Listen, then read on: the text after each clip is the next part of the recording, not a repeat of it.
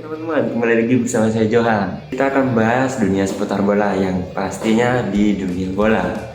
Berikut berita yang pertama. Tapi jangan lupa klik tombol subscribe dan tombol loncengnya.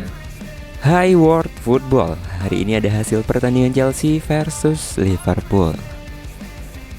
Chelsea mendudukan Liverpool dalam duel final Piala FA 2021-2022. Sabtu 14 Mei, duel 120 menit di Wembley Stadium berakhir 0-0. Laga dilanjutkan ke babak adu penalti. The Reds menang dengan skor 6-5. Kedua tim menunjukkan level permainan seimbang meski tampak berhati-hati. Liverpool sempat menekan di awal laga. Chelsea perlahan-lahan bangkit dan menunjukkan level yang sama. Sayangnya tidak ada gol selama 90 menit.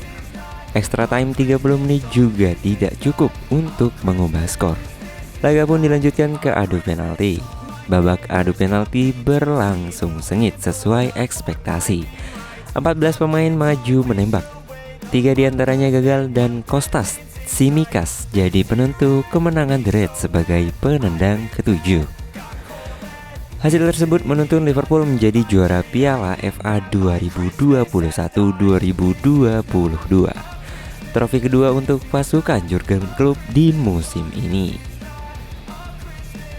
Pertandingan dimulai dengan tempo cukup tinggi di babak pertama, tapi kedua tim terlihat lebih hati-hati. Liverpool lebih agresif di 10 menit pertama dengan 2 peluang. Sayangnya belum bisa untuk berbuah gol. Dominasi Liverpool terlihat dengan penguasaan bola mencapai 67% di menit ke-15. The Reds hanya sesekali membiarkan Chelsea melakukan serangan balik. Hingga menit ke-25 serangan-serangan Liverpool tidak juga berbuah gol.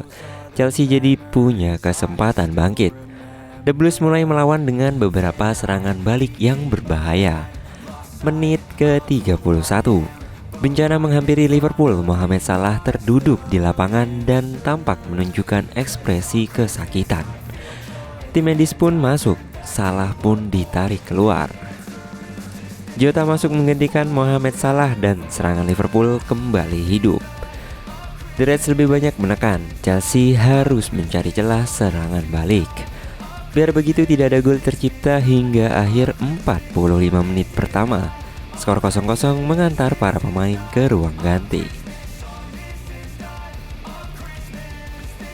Pertandingan dilanjutkan kembali dan Chelsea tampak lebih percaya diri di babak kedua. 10 menit pertama, The Blues beberapa kali mengancam lewat setengah peluang. Belum ada gol, gebrakan Chelsea tidak bertahan lama. Liverpool kembali meningkatkan tempo serangan untuk mengurung tim lawan. Hingga menit ke-65, serangan-serangan The Reds lebih sering terlihat. Tekanan Liverpool memaksa Chelsea bertahan, tapi belum ada peluang yang benar-benar matang. Hingga menit ke-75, The Blues tampak percaya diri menahan gempuran The Reds. Menit ke-83, Liverpool mendapatkan peluang terbaiknya. Umpan Sadio Mane. Diaz menembak bola di sisi kanan, sayangnya masih membentur tiang dekat. Jual beli serangan antara kedua tim cukup intens, tapi pertahanan keduanya terbukti masih sangat tangguh. Tidak ada gol setelah 90 menit berlalu, pertandingan dilanjutkan ke extra time. Sebagian pemain tampak mulai kelelahan, tempo permainan sedikit menurun. Chelsea lebih agresif di babak tambahan, tapi Liverpool bisa mengontrol permainan dengan baik. Tidak hanya peluang tercipta di 15 menit pertama, Chelsea mendapatkan momentum tapi tidak bisa memanfaatkannya untuk menciptakan peluang matang. 15 menit kedua berjalan relatif datar.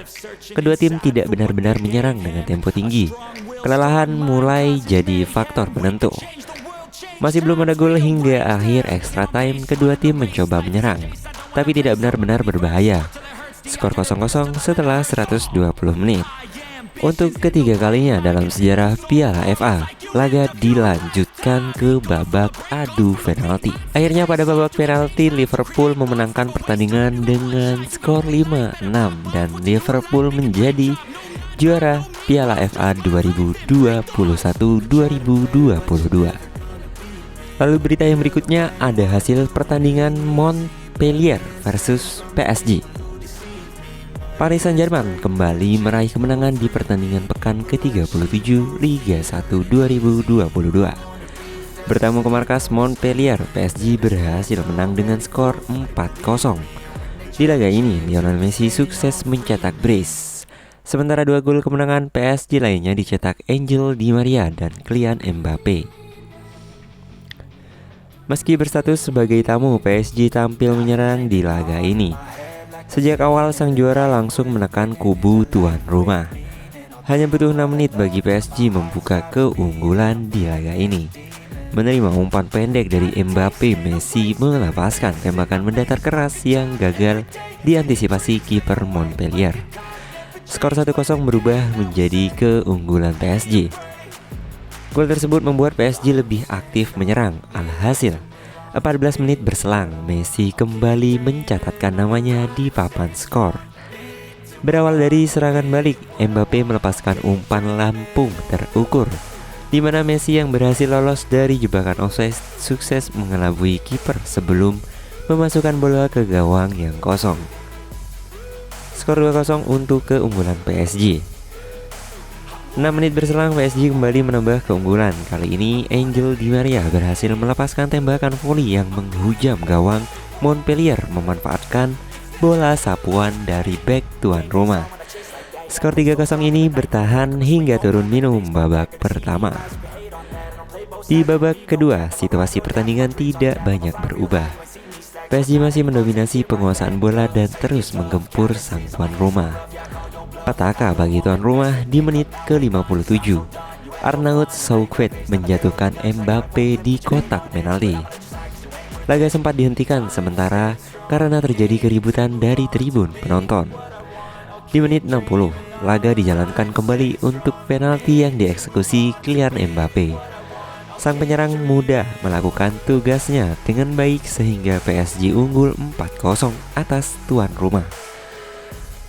Sebenarnya PSG nyaris unggul 5-0 setelah Angel Di Maria membobol gawang Montpellier. Namun gol ini tidak disahkan karena sang penyerang sudah terjebak offside terlebih dahulu. Skor 4-0 bertahan hingga wasit meniup peluit panjang. Berkat kemenangan ini perolehan poin PSG sebagai juara semakin meningkat menjadi 83 poin.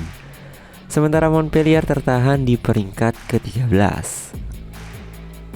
Nah, mungkin itu saja berita bola yang bisa kami sajikan buat teman-teman. Yang pastinya tetap stay tune di dunia bola. Jangan lupa like, comment, dan subscribe. Dan salam dunia bola.